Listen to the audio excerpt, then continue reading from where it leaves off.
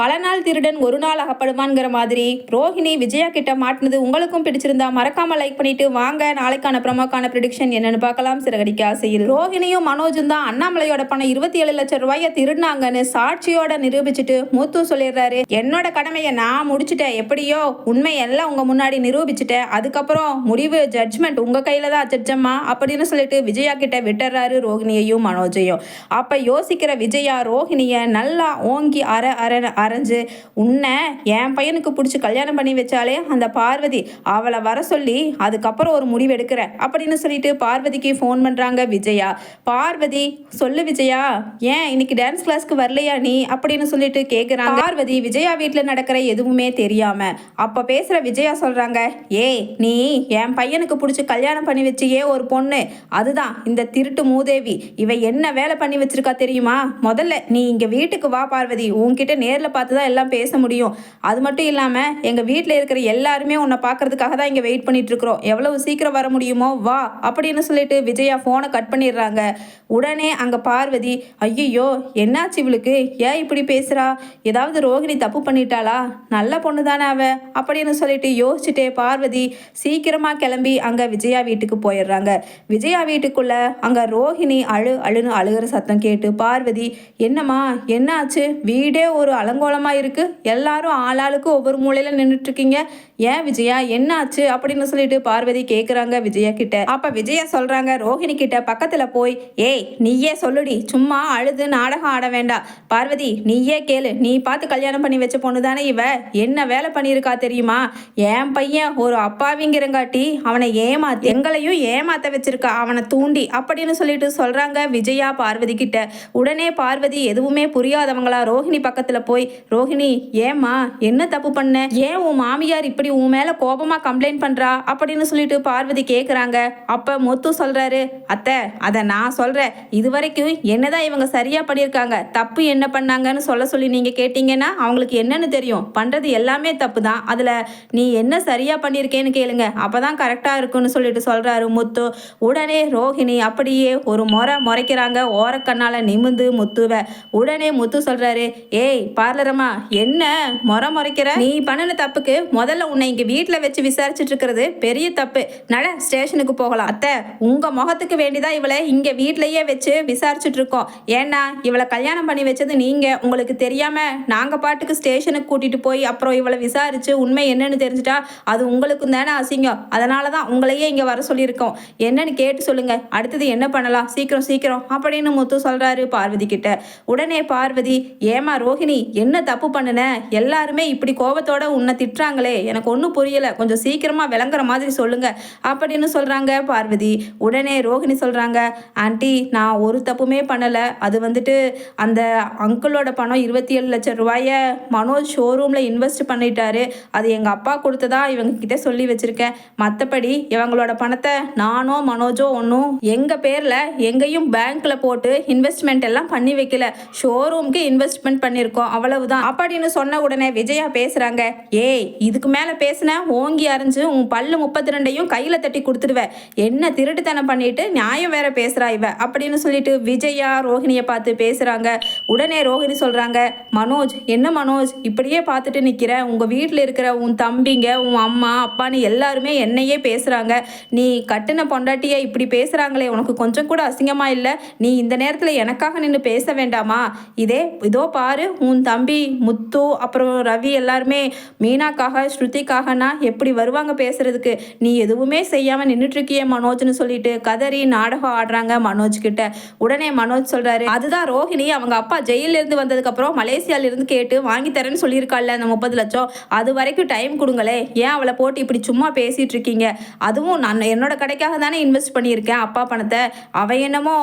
அவங்க அப்பாக்காக கொடுத்துட்ட மாதிரி அவளை பிடிச்சிட்டு பேசிட்டு இருக்கீங்கன்னு சொல்லிட்டு வியாக்கியானம் பேசுறாரு மனோஜ். உடனே முத்து சொல்றாரு, டே நீயும் பொண்டாட்டியும் சரிப்பட்டு வரமாட்டீங்க, நடங்க போலீஸ் ஸ்டேஷனுக்கு போகலாம், அங்க வச்சு உங்களை விசாரிக்கிற விதத்துல விசாரிச்சாதான் உண்மையை ஒத்துட்டு அதுக்கப்புறம் நீங்க என்ன பண்ணலான்னு அப்பாவுக்கு சேர வேண்டிய பணம் 27 லட்சம் ரூபாயை கையில கொண்டு வந்து மரியாதையா கொடுப்பீங்க, நட ரவி நம்ம 2 பேரும் போய் கம்ப்ளைண்ட் கொடுத்துட்டு வரலாம், அப்பதான் இங்க வந்து போலீஸே இவங்களை கைது பண்ணிட்டு போகட்டும் அப்படின்னு சொல்லிட்டு சொல்றாரு முத்து. உடனே ரவியும், எனக்கு தெரிஞ்சவங்க பெரிய டிஐஜியா இருக்காங்க, அவங்களுக்கு நான் இப்பவே கால் பண்றேன், வந்து இங்க அரெஸ்ட் பண்ணிட்டு போகட்டும் அப்படின்னு சொல்லிட்டு ரவி அங்க போனை எடுத்து ஃபோன் பண்றாரு. அப்ப பேசுற அண்ணாமலை சொல்றாரு, ரவி கொஞ்சம் பொறுமையா இருடா, என்ன பண்றது, நம்ம வீட்டுல பிறந்து தொலைஞ்சிட்டானே, இவனுக்கு எப்படிதான் இந்த ஒரு கெட்ட புத்தியோ, இப்படி அதுக்கு தகுந்த மாதிரி அவன் பொண்டாட்டியும் வந்து சேர்ந்திருக்கா பாரு, இவ்வளவு ஒரு ஃப்ராடா இருப்பான்னு இந்த பொண்ணை நான் நினைச்சு கூட பார்க்கல, கொஞ்சம் பொறுமையா இரு, இவனை நம்மளே பேசி என்ன பண்ணலான்னு முடிவு எடுத்துக்கலாம் அப்படின்னு அண்ணாமலை ரவி கிட்ட போனை வாங்கி வச்சிடுறாரு. அப்ப பேசுற விஜயா சொல்றாங்க, ஏங்க ஏன் நீங்க இப்படி தடுக்கிறீங்க, இப்படியே ஆரம்பத்துல இருந்து நான் சப்போர்ட் பண்ணி தான் இவங்க ரெண்டு பேரும் இந்த அளவுக்கு என்னை ஏமாளியா நினைச்சிட்டு எவ்வளவு பெரிய பித்தலாட்டம் பண்ணி நம்மளை ஏமாத்திட்டு இருந்திருக்காங்க, இவங்களுக்கு சரியான தண்டனை கிடைச்சே ஆகணும். அதுவும் என் பையன் மனோஜம் கூட விடுங்க, அவங்க அப்பா சம்பாதிச்சது அவன் யூஸ் பண்றான், ஆனா இவ யாரு, இவங்க அப்பா கொடுத்ததா பொய் சொல்லி நம்ம குடும்பத்துல ஏமாத்திட்டு இருக்கிறதுக்கு. பார்வதி நீ தப்பா எடுத்துக்காத, நீ பார்த்து கல்யாணம் பண்ணி வச்ச இந்த பொண்ணு நம்பர் 1 ஃப்ராடா இருக்கும் போல அப்படின்னு சொல்லிட்டு விஜயா சொல்றாங்க பார்வதி கிட்ட. உடனே பார்வதி சொல்றாங்க, நான் எனத்த கண்ட விஜயா, நான் தான் சொன்னனே இவங்களை பத்தி எதுவுமே எனக்கு தெரியாது அப்படின்னு, நான் மனோஜுக்கு கல்யாணம் பண்றதுக்கு முன்னாடியே உன்கிட்ட சொன்னேன்ல, நீ தான் பெரிய பணக்காரி மலேசியான்னு சொன்ன உடனே வாயை பிளந்துட்டு உடனே டேட் ஃபிக்ஸ் பண்ணி கல்யாணத்தை முடிச்சுட்ட, இப்போ என்னடானா என் தலையை போட்டு உருட்டுறையே விஜயா, இது நியாயமா அப்படின்னு சொல்லிட்டு பார்வதி கேட்குறாங்க. உடனே விஜயா சொல்றாங்க, ஏய் பார்வதி, நீ இப்பவே இவகிட்ட பேசி என்ன செய்வியோ ஏது செய்வியோ தெரியாது, இவ அப்பா அம்மா இவளோட சொந்த பந்தம் எல்லாம் எங்கே இருக்காங்கன்னு தெரியணும், அதுவும் இல்லாம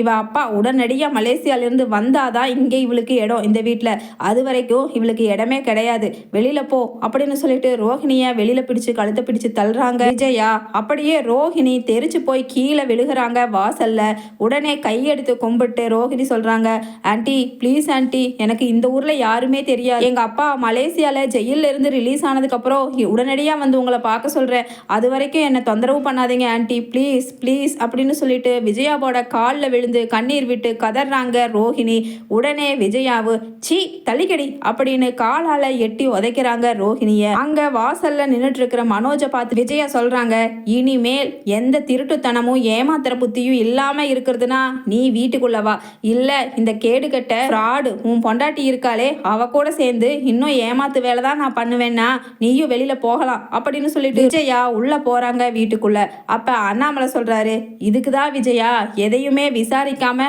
பணம்னு சொல்லிட்டு வாயை பிளந்துட்டு யாரு எவரு என்ன புத்தி எப்படி அப்படின்னு விசாரிச்சு பார்க்காம அந்த பொண்ணை பிடிச்சி மனோஜோட தலையில கட்டினையே, இவனே அடிப்படையில ஒரு கேடி நம்ம பையன் மனோஜ், அதுக்கு தகுந்த மாதிரி என்னமோ சொல்லுவாங்களே பூவோட சேர்ந்தா நாரும் மணக்குங்கிற மாதிரி, இப்ப திருட்டு கூட திருடு சேர்ந்து எல்லாத்தையும் நம்ம எல்லாத்தையுமே பெரிய ஏமாளியாக்கிட்டாங்க. என்ன பண்றது விஜயா, நம்ம பையனா போயிட்டா, பத்தாததுக்கு இவன் வேற தொட்டு தாலி கட்டிட்டா, போனா போகட்டும் விட்டு தொலை, உள்ள வரட்டும் அந்த பொண்ணு, நம்மள அக்கம் பக்கத்துல யாராவது பார்த்தா என்ன நினைப்பாங்க அப்படின்னு சொல்லிட்டு அண்ணாமலை சொல்றாரு. உடனே முத்து சொல்றாரு, அதெல்லாம் முடியாதுப்பா முடியாது, அப்படி பார்த்தா மீனா ஒரு தப்பு இந்த மாதிரி பண்ணியிருந்தா இவன் மனோஜும் அவன் பொண்டாட்டியும் ஏத்துக்குவாங்களா, ஸ்ருதி நீங்க பண்ணியிருந்தீங்கன்னா இவங்க ஏத்துக்குவாங்களா அப்படின்னு சொல்றாரு முத்து. உடனே ஸ்ருதி சொல்றாங்க, yes Muthu you are correct, தப்பு பண்ணவங்க தண்டனை அனுபவிச்சே ஆகணும், கண்டிப்பா ரோஹிணிக்கும் மனோஜுக்கும் தண்டனை கொடுத்தே ஆகணும் ஏதாவது அப்படின்னு ஸ்ருதியும் முத்துக்கு ஆதரவா பேசும் பொழுது மீனா சொல்றாங்க,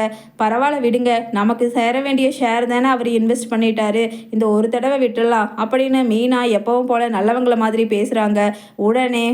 உடனே அண்ணாமலை பேசுறாரு, பாரு விஜயா, இதுதான் ஏழையா இருந்தாலும் நேர்மையா இருக்கிற நம்ம மீனா மாதிரி மருமக கிடைக்கிறதுக்கு கொடுத்து வச்சிருக்கணும், அதை விட்டுட்டு நீ மீனாவை பணக்காரியா இல்ல பணம் காசு இல்ல ஏழைன்னு எத்தனை இலக்காரமா பேசியிருப்ப, அதை எல்லாத்தையும் மறந்துட்டு இவ இப்ப கூட ரோஹிணியை மன்னிச்சு உள்ள கூப்பிட்டுக்கலான்னு எவ்வளவு பெருந்தன்மையா சொல்றா, அதுதான் நம்ம மீனா அப்படின்னு சொல்லிட்டு அண்ணாமலை சொல்றாரு. அது மட்டும் இல்லாம அண்ணாமலை சொல்றாரு, இவளை மாதிரி மருமக கிடைக்கிறதுக்கு நம்ம எந்த ஜென்மத்துல என்ன புண்ணியம் பண்ணமோ, டேய் முத்து, நீயும் பொண்டாட்டியும் நல்ல நிலைமைக்கு சீக்கிரமா வந்துருவீங்கடா, உங்களோட நேர்மையும் உண்மையும் உங்களை கண்டிப்பா காப்பாற்றும் அப்படின்னு சொல்லிட்டு சொல்றாரு அண்ணாமலை. உடனே விஜயாவும் முத்து கிட்டையும் மீனா கிட்டையும் பக்கத்துல போய், ரெண்டு பேரும் என்னை மன்னிச்சிடுங்கப்பா, இந்த மாதிரி திருட்டுத்தனம் பண்ணி தன்னை பணக்காரின்னு காமிச்சுக்கிற இந்த ரோஹிணிக்கு முன்னாடி மீனா எத்தனை திட்ட நான் திட்டியிருப்பேன், அதை எல்லாத்தையுமே பொறுத்துட்டு ஏழையா இருந்தாலும் நேர்மையா அவங்க அம்மா அவங்க குடும்பம்னு யாரையுமே விட்டு கொடுக்காம இது வரைக்கும் சந்தோஷமா சந்தோஷமா தான் நம்ம குடும்பத்தை கொண்டுட்டு போயிட்டு இருக்கா அப்படின்னு விஜயா கண்ணுல கண்ணீர் வர மீனாவை பார்த்துட்டு, மீனா உண்மையாலுமே நான் மனசார சொல்றேன், நான் பார்த்து உன்னை கல்யாணம் பண்ணி வைக்கலனாலும் முத்து உண்மையிலேயே பெரிய புண்ணியம் பண்ணியிருக்கான் உன்ன மாதிரி ஒரு பொண்டாட்டி கிடைக்கிறதுக்கு. நானும் தான் ஏதோ ஒரு ஜென்மத்தில் எனக்கே தெரியாம பெரிய புண்ணியம் பண்ணியிருப்பேன் போல, இல்லைனா உன்ன மாதிரி ஒரு மருமக எனக்கு கிடைச்சிருப்பாளா இப்படி அப்படின்னு ஆனந்த கண்ணீர்ல அப்படியே உச்சி முகர்ந்து மீனா தலையில முத்த வைக்கிறாங்க. பக்கத்துல ஸ்ருதியும் ரவியும், அம்மா இப்பவாவது மீனா அண்ணியையும் முத்து அண்ணாவையும் புரிஞ்சுட்டீங்களே, அதுவே எங்களுக்கு சந்தோஷம். ஸ்ருதி நீயும் தாமா என்னதான் பணக்கார பொண்ணா இருந்தாலும் நீ வெளியில அதை காமிச்சுக்காம எப்படி பவ்யமா நடந்துக்கிற. ஆனா இந்த ரோஹிணி வார்த்தைக்கு ஒருக்கா பணக்காரி பணக்காரின்னு சொல்லிட்டு என்னை இப்படி ஏமாத்திட்டு இருந்திருக்காளே. ஸ்ருதி மீனா உங்களை மாதிரி மருமக கிடைக்கிறதுக்கு நான் உண்மையிலுமே ரொம்ப பெரிய புண்ணியம் பண்ணியிருக்கணும், வாங்கடா அப்படின்னு சொல்லிட்டு ரெண்டு பேரையும் ரெண்டு பக்கமும் கட்டி தாவி அணைச்சு நிக்கிறாங்க விஜயா.